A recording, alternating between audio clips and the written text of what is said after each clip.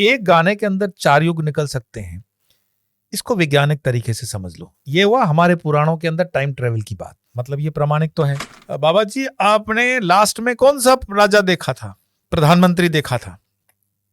उन्होंने कहा कि अकबर करके कोई था। आप इमेजिन करिए, एक इंसान 500 साल पहले अकबर का नाम जानता है। स्वामी जी, क्या टाइम ट्रेवल यानी कि समय में आगे पीछे जाना पॉसिबल है? क्या आपने कभी ये पर्सनली एक्सपीरियंस किया है? नमस्कार, नमो नारायण। आपकी इतनी जिज्ञासा रहती है कि टाइम ट्रेवल क्या सत्य है, टाइम ट्रेवल क्या किया जा सकता है, टाइम ट्रेवल का प्रमाण है क्या कोई वेदों में, पुराणों में, शास्त्रों में, या उसका आपका कोई निजी अनुभव है क्या? देखो, हमारा जीवन का लक्ष्य तो आध्यात्मिक है, पर कभी कभी इस यात्रा के अंदर कुछ अनहोनी बातें हो जाती हैं, थोड़ा रोमांच महसूस होता है, लेकिन इससे कुछ प्राप्त नहीं होता। मैं व्यक्तिगत तौर से कहूं कि सपोज टाइम ट्रेवल है तो भी उससे हमारी आध्यात्मिक उन्नति में क्या फर्क पड़ेगा, और अगर मैं कहूं कि टाइम ट्रेवल नहीं है तो भी उससे हमें क्या नुकसान होगा। बट हाँ, कुछ चीज़ें वास्तविक हैं। जैसे मैं बताऊं आपको, 1895 में हर्बर्ट जॉर्ज वेल्स ने एक बुक लिखी थी, द टाइम मशीन। एक और बुक है डायरेक्टरी ऑफ पॉसिबिलिटीज करके। उस जमाने से, मतलब 19वीं शताब्दी से ये कंसेप्ट चल रहा है कि टाइम ट्रेवल होता है। हमारे पुराणों में है क्या? है। कहाँ है?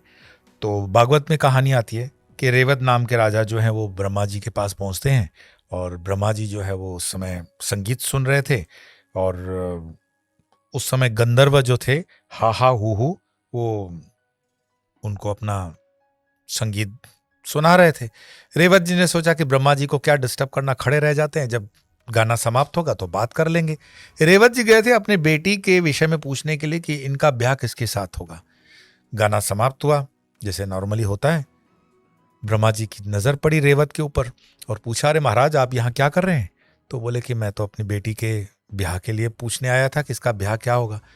तब ब्रह्मा जी ने कहा कि आप जानते हो कि आपके यहाँ खड़े रहने से पृथ्वी पर कितने युग निकल गए? तो उन्होंने कहा, युग? यहाँ तो एक गाना ही चला है। उन्होंने कहा, नहीं भाई, 4 युग बीत गए आपके।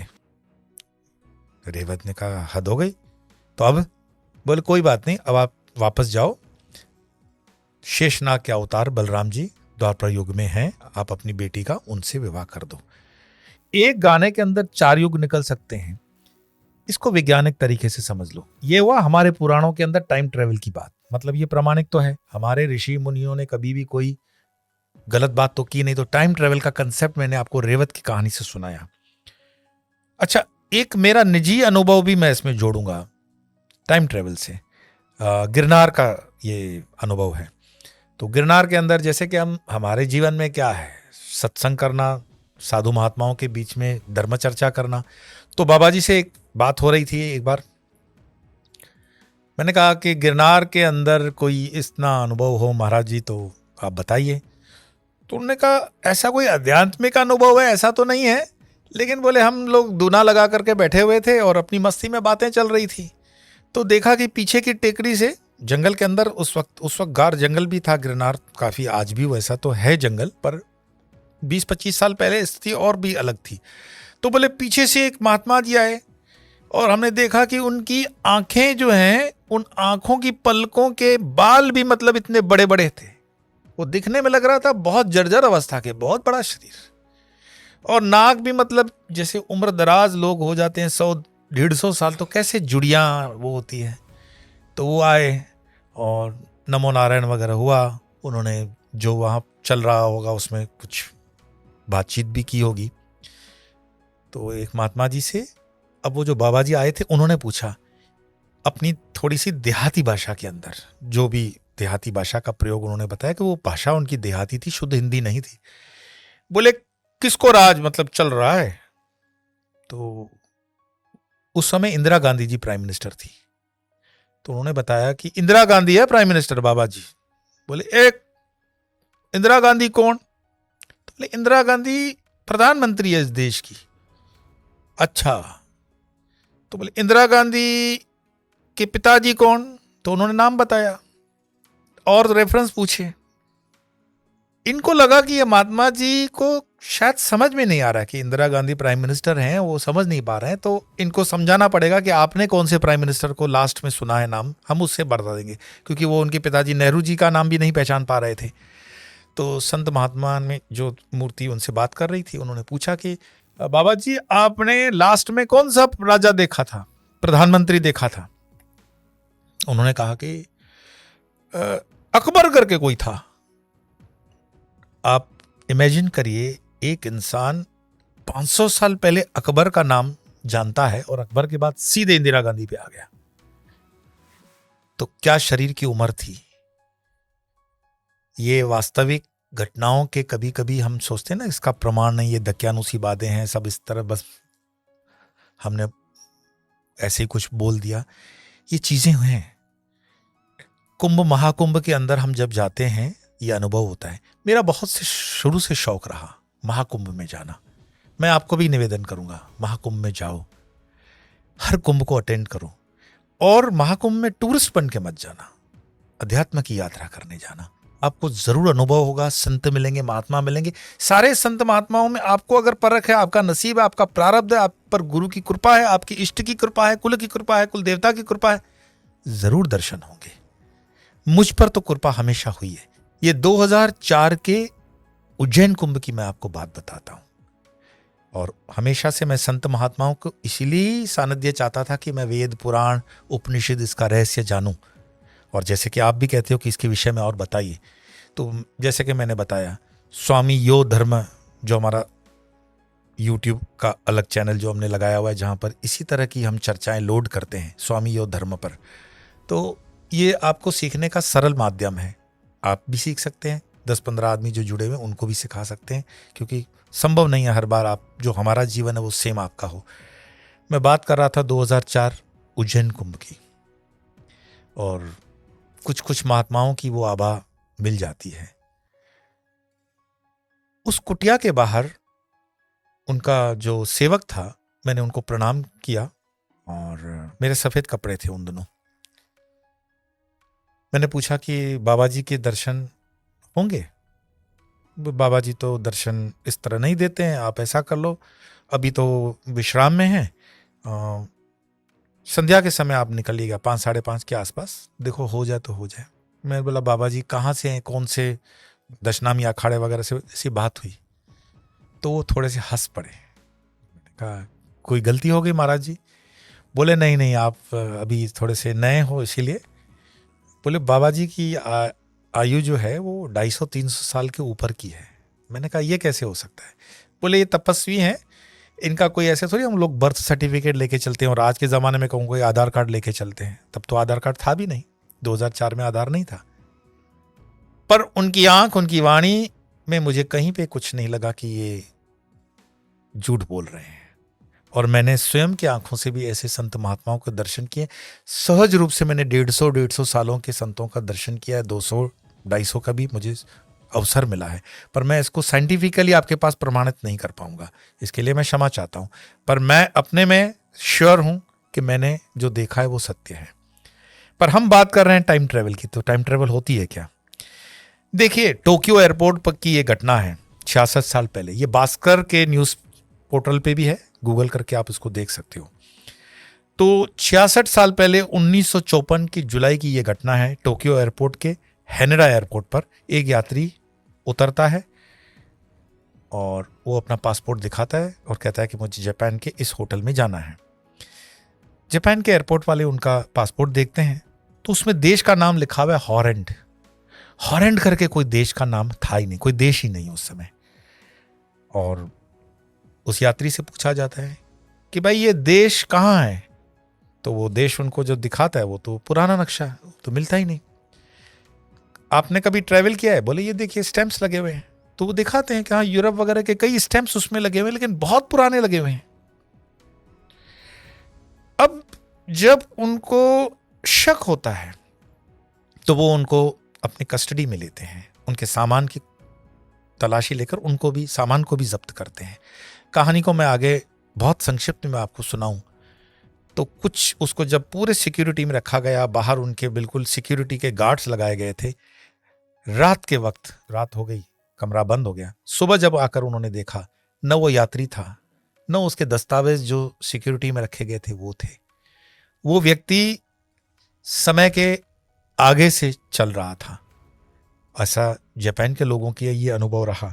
लेकिन बहुत अच्छा अनुभव मैं आपको बताऊं, न्यूयॉर्क का है, न्यूयॉर्क यूएसए का। 1951 के जून में न्यूयॉर्क के टाइम्स स्क्वायर में, टाइम्स स्क्वायर बहुत फेमस है, आप जानते हो, टाइम्स स्क्वायर बहुत फेमस जगह है। वहां पर रात को 11 से 11:30 के बीच एक आदमी अचानक से प्रकट हुआ। टाइम्स स्क्वायर बिजी एरिया है, अगर जो जानते होंगे। और वहां पर एक व्यक्ति अचानक से प्रकट हुआ। उसकी उम्र 25 से 30 साल थी और उसके कपड़े जो थे वो 18th सेंचुरी के थे, 18वीं शताब्दी के। और वो भी व्यक्ति जो था, उसने गाड़ियां वाड़ियां देखी, लाइट देखी, तो ऐसा लग रहा कि वो भी चकाचौंध हो गया कि कहाँ आ गया मैं, इस तरह का उसका एक्सप्रेशन है।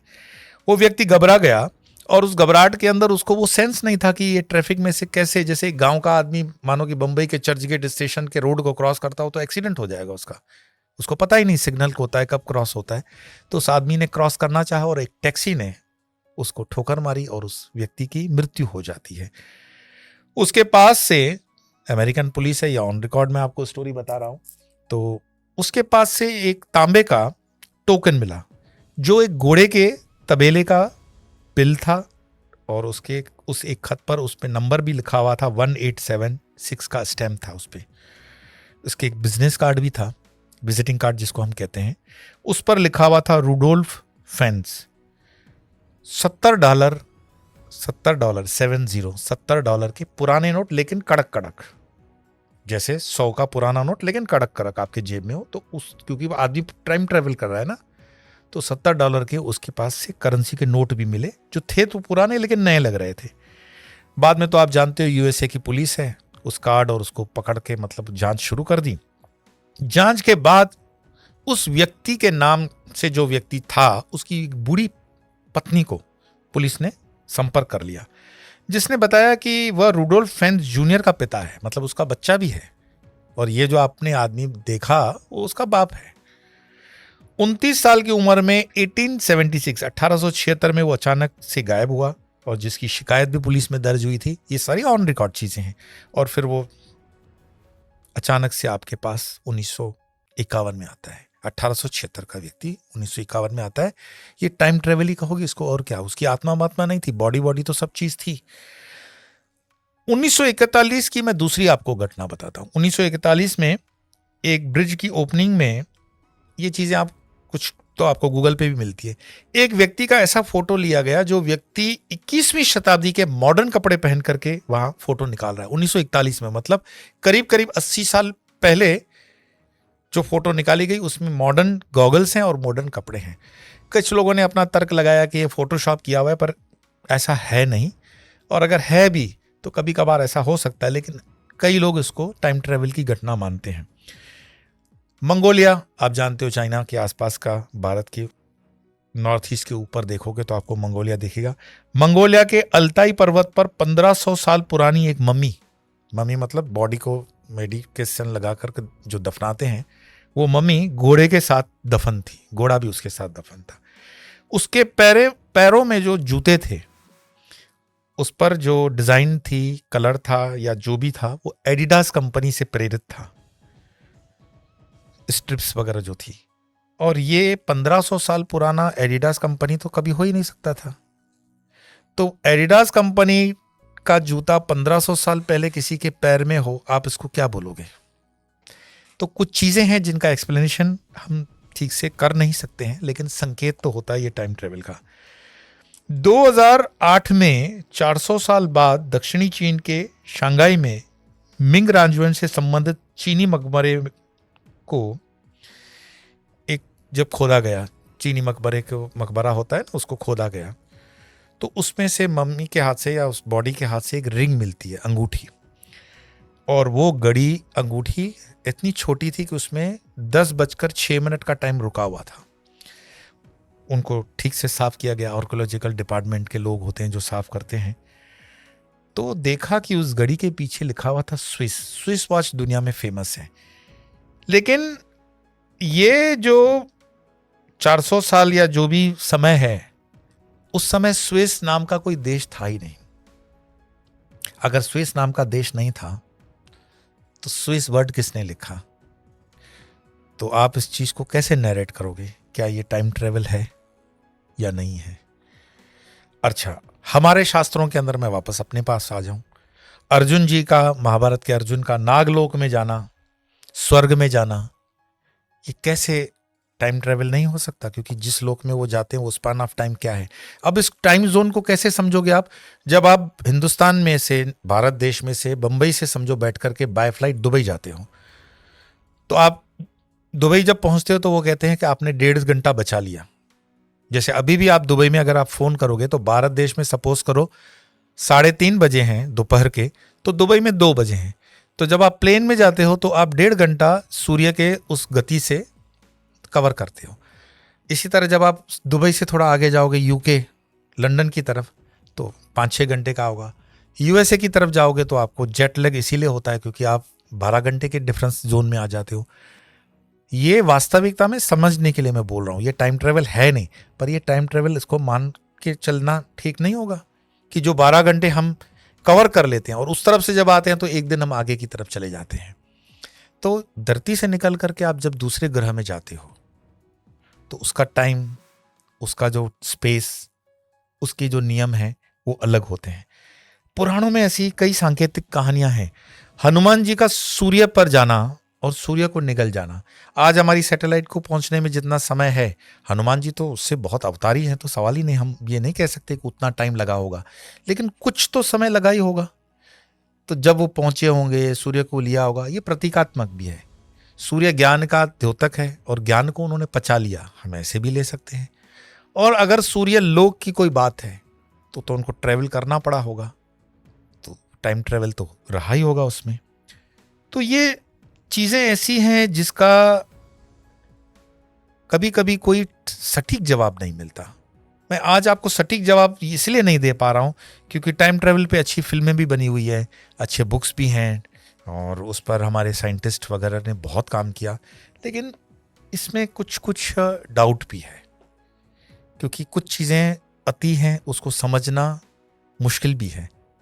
हमारे जीवन से उसका इतना ही बस संबंध है। मैं तो यही तक जानता हूं कि जो मेरे आध्यात्मिक उन्नति में फलदायी हो उसको समझना है, उसको कहना है। आपका निवेदन था कि टाइम ट्रेवल के ऊपर मैं कुछ पौराणिक घटनाएं और सत्य घटनाएं बताऊं, उसका मैंने एक प्रयास किया। ऐसे विषय को लेकर के फिर कोई अगले वीडियो में हम मिलेंगे। तब तक के लिए आप अपने इस स्वामी योगेश्वरानंद को आज्ञा देंगे। नमो नारायण।